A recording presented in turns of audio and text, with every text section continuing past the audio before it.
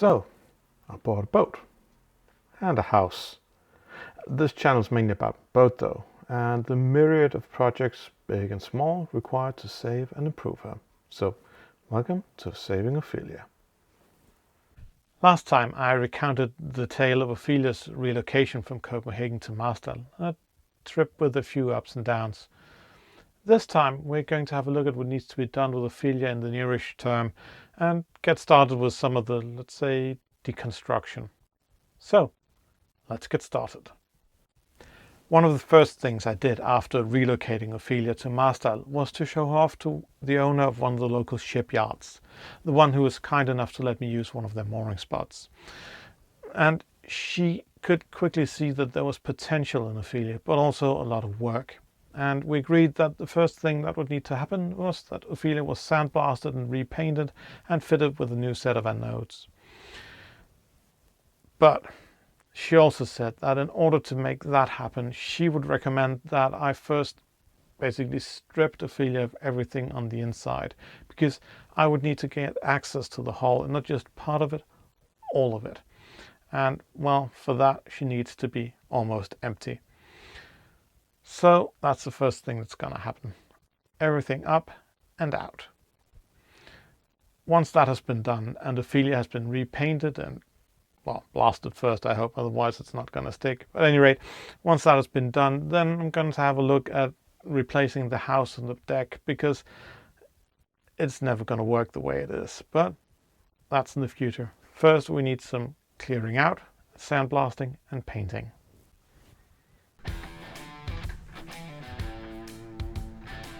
One of the first points in clearing out the boat was to get rid of some of the old stuff that would be in the way. Old foam mattresses, for instance, would hardly be of any use.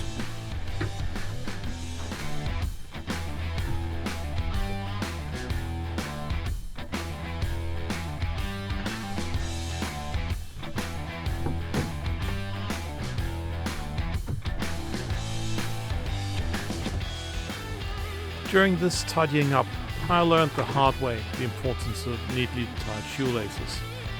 Don't worry, the only thing that got hurt was my pride. With the mattresses out of the way, I made sure I hadn't missed anything on the first time I went through Ophelia. But the only thing I seemed to have missed was a condom wrapper. It seems that the previous teenage occupant probably got lucky at least once. Well, good on him.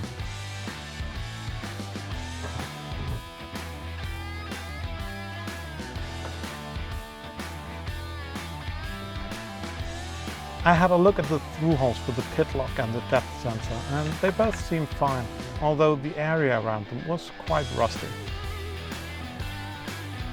I then started removing the floor in the galley. It was a nice looking floor before I got started, but unfortunately it had to go.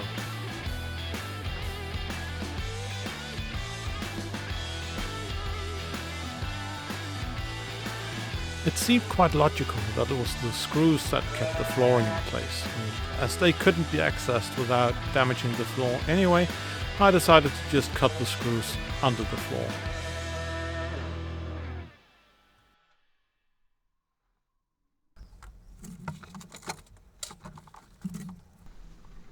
My Makita multi-cutter uses Starlock blades, and switching blades are quite easy. I was slightly worried though that I dropped the locking pin. Getting that pin back out of the water tank would be interesting.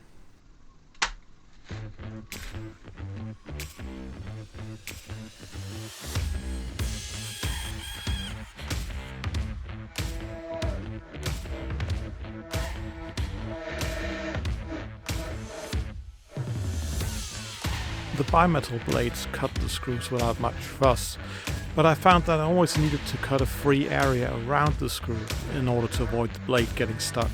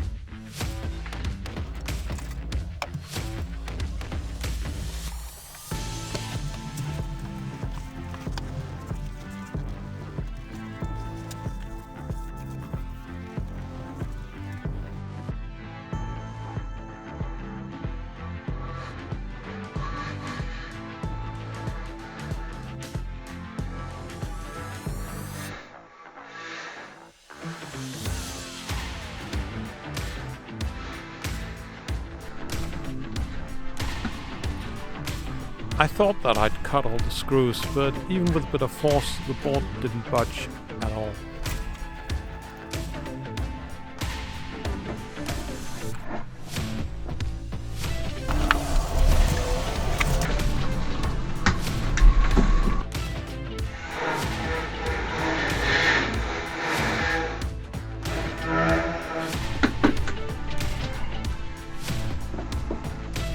But then again, perhaps a screwdriver with a replaceable tip wasn't the right tool for the job.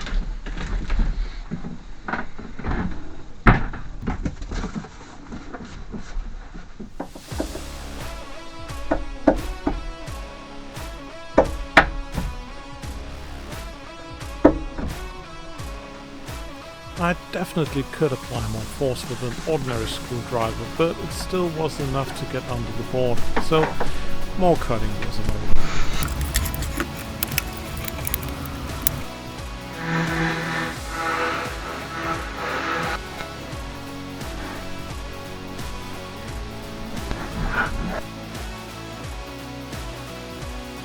At this point I resorted to something which my grandfather, the carpenter, would have killed me.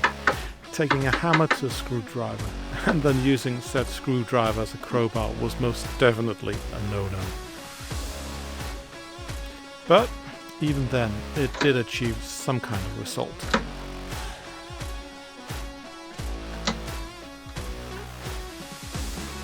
And bingo!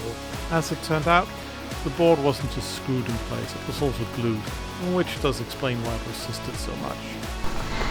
So, on to the next board, with more cutting.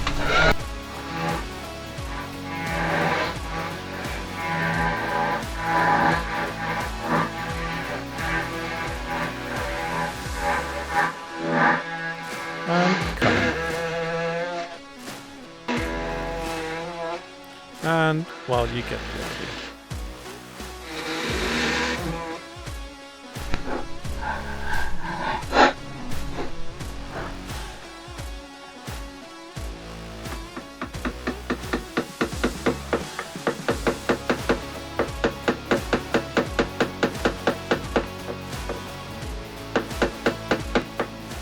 Breaking the rules, as it was, didn't really give me what I wanted this time though, so the glue was likely giving me trouble again.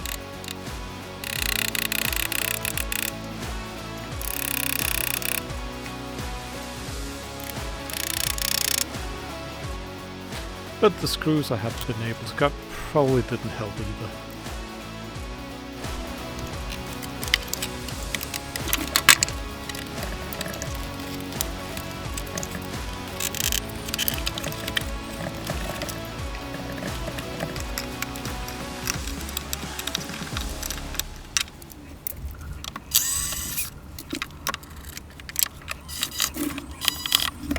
Trying to get the remaining screws out only resulted in stripped heads, so I needed to think of something else.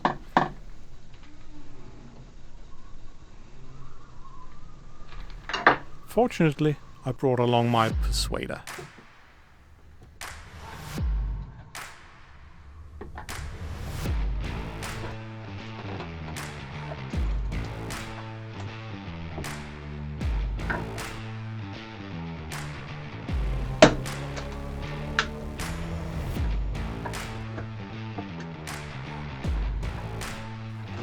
And that did the trick.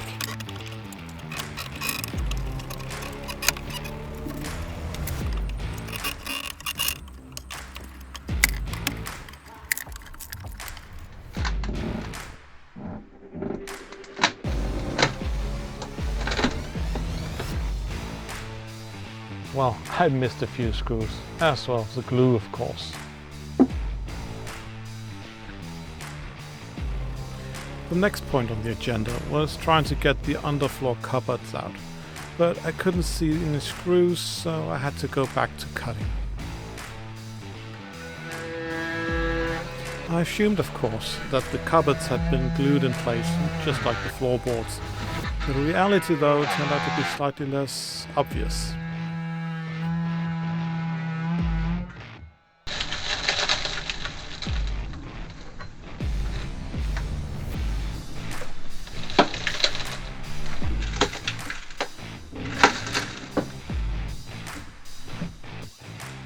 I gave up trying to get the cupboards out as full units and decided to just cut them at the seams and then remove them that way.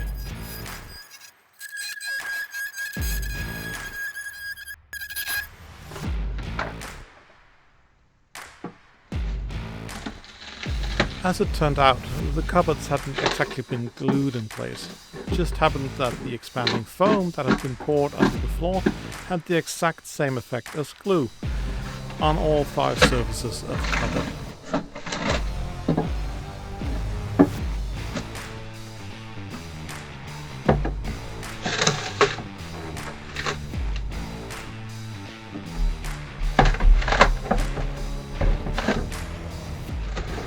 The foam was stuck on so hard that it even removed some of the rust from the hull. It doesn't show very well here, but the layer the foam took along was actually quite thick.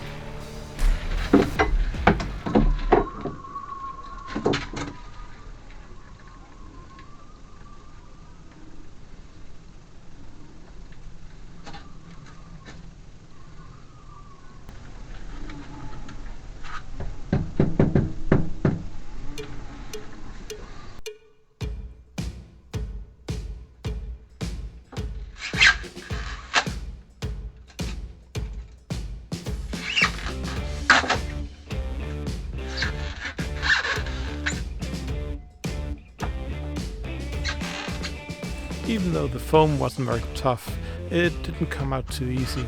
I could remove small chunks, but that was about it.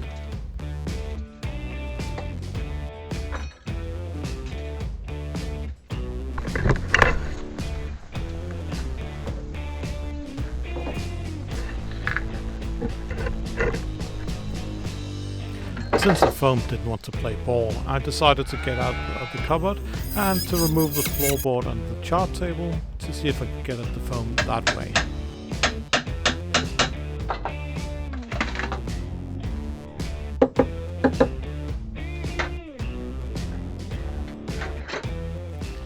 To get that board out though, I had to remove the leg of the table that also held the controls to the shore power.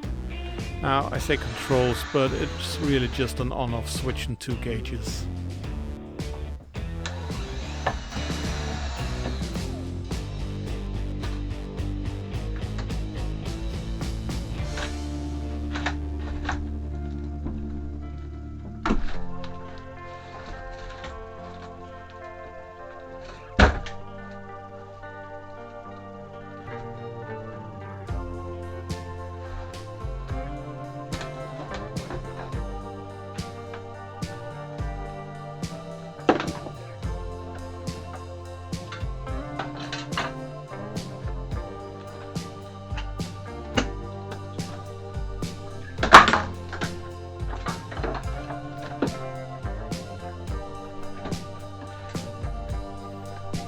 With all the mess out of the way, it was once again time for some more cutting.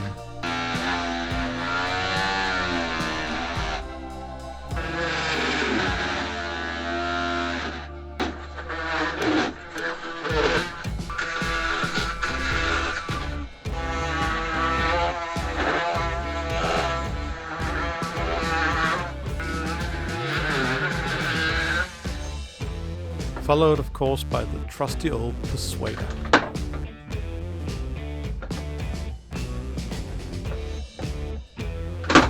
Bingo! And what do you know, a floorboard beneath the floorboard. This one made from quite sturdy marine plywood.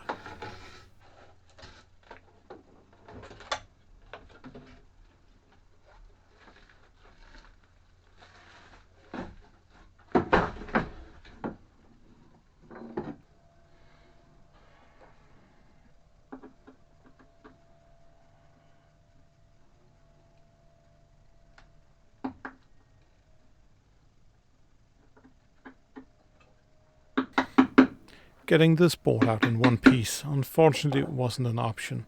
The screws were rusted in place. So, out comes a new toy, an electric saw. Even at an awkward angle, the saw made short work of the plywood.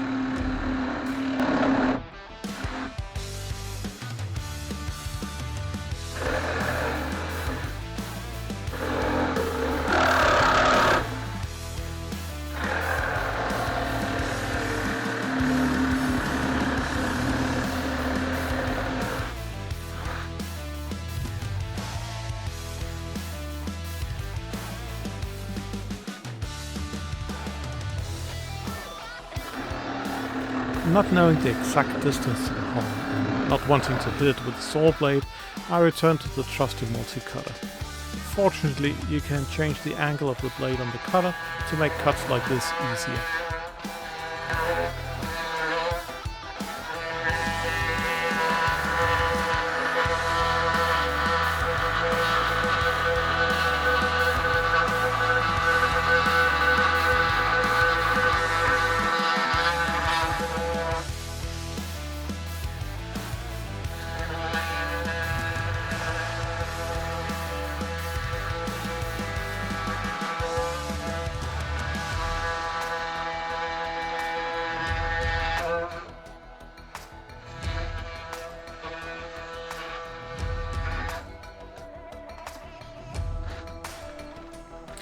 This piece of the floor didn't want to let go though, so I brought in one of my favorite tools, European size 45.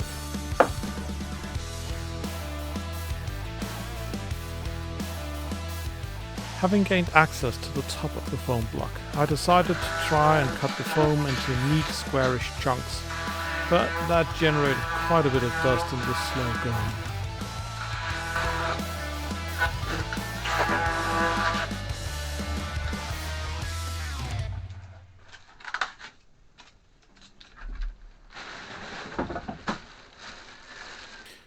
Oh, the joys of cutting foam. You can almost see how ecstatic I am.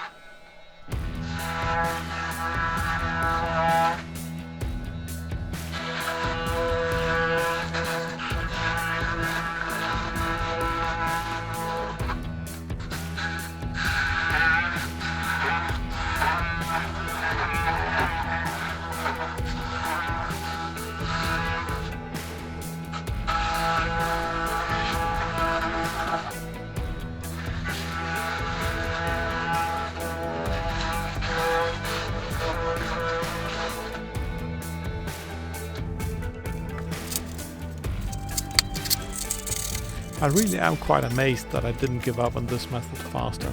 I did find out though that the crowbar is actually quite a good tool for removing the foam. The foam seems to be solid enough for the crowbar to rip out decent sized chunks.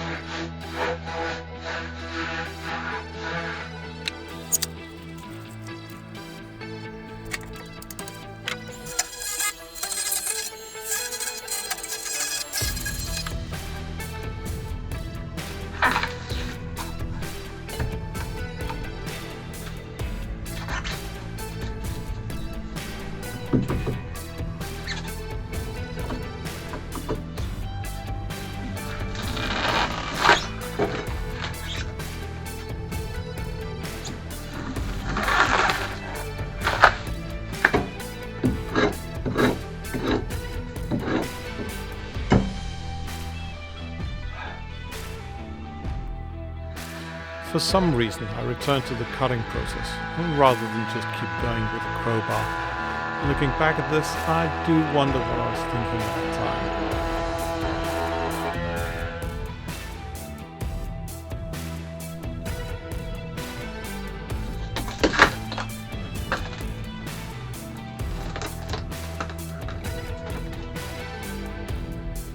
Now it was just rinse and repeat for the remaining pieces of floorboard and foam blocks.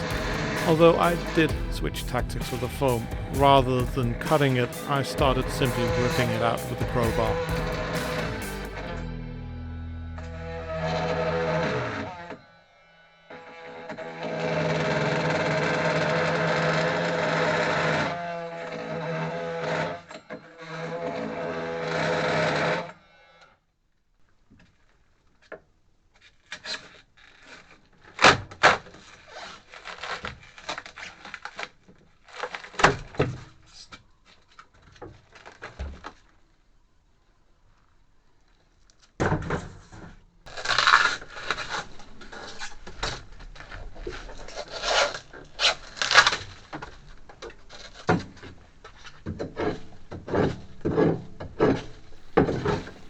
But in the end I did get access to the hull, and that was the point after all.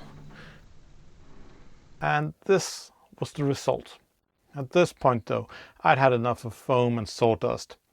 What you've seen so far is an extremely abridged version of reality. I've got at least 4 hours worth of recordings that are very similar to what you've seen so far. So I decided to go do something else for a while. I do hope that you enjoyed watching the boat work without being covered in foam dust yourself. Next week I'm going to be moving some stuff from Ophelia to my workshop because there are some things lying around that I need to work on, but I can't do it in the boat, so they need to be moved. With that in mind, please click the subscribe button so you don't miss out on any of the treasures hiding in the depths of Ophelia, and also please do click the like button. I'm told it helps the channel quite a bit. Now, with that out of the way, I do hope to see you again next week, so until then.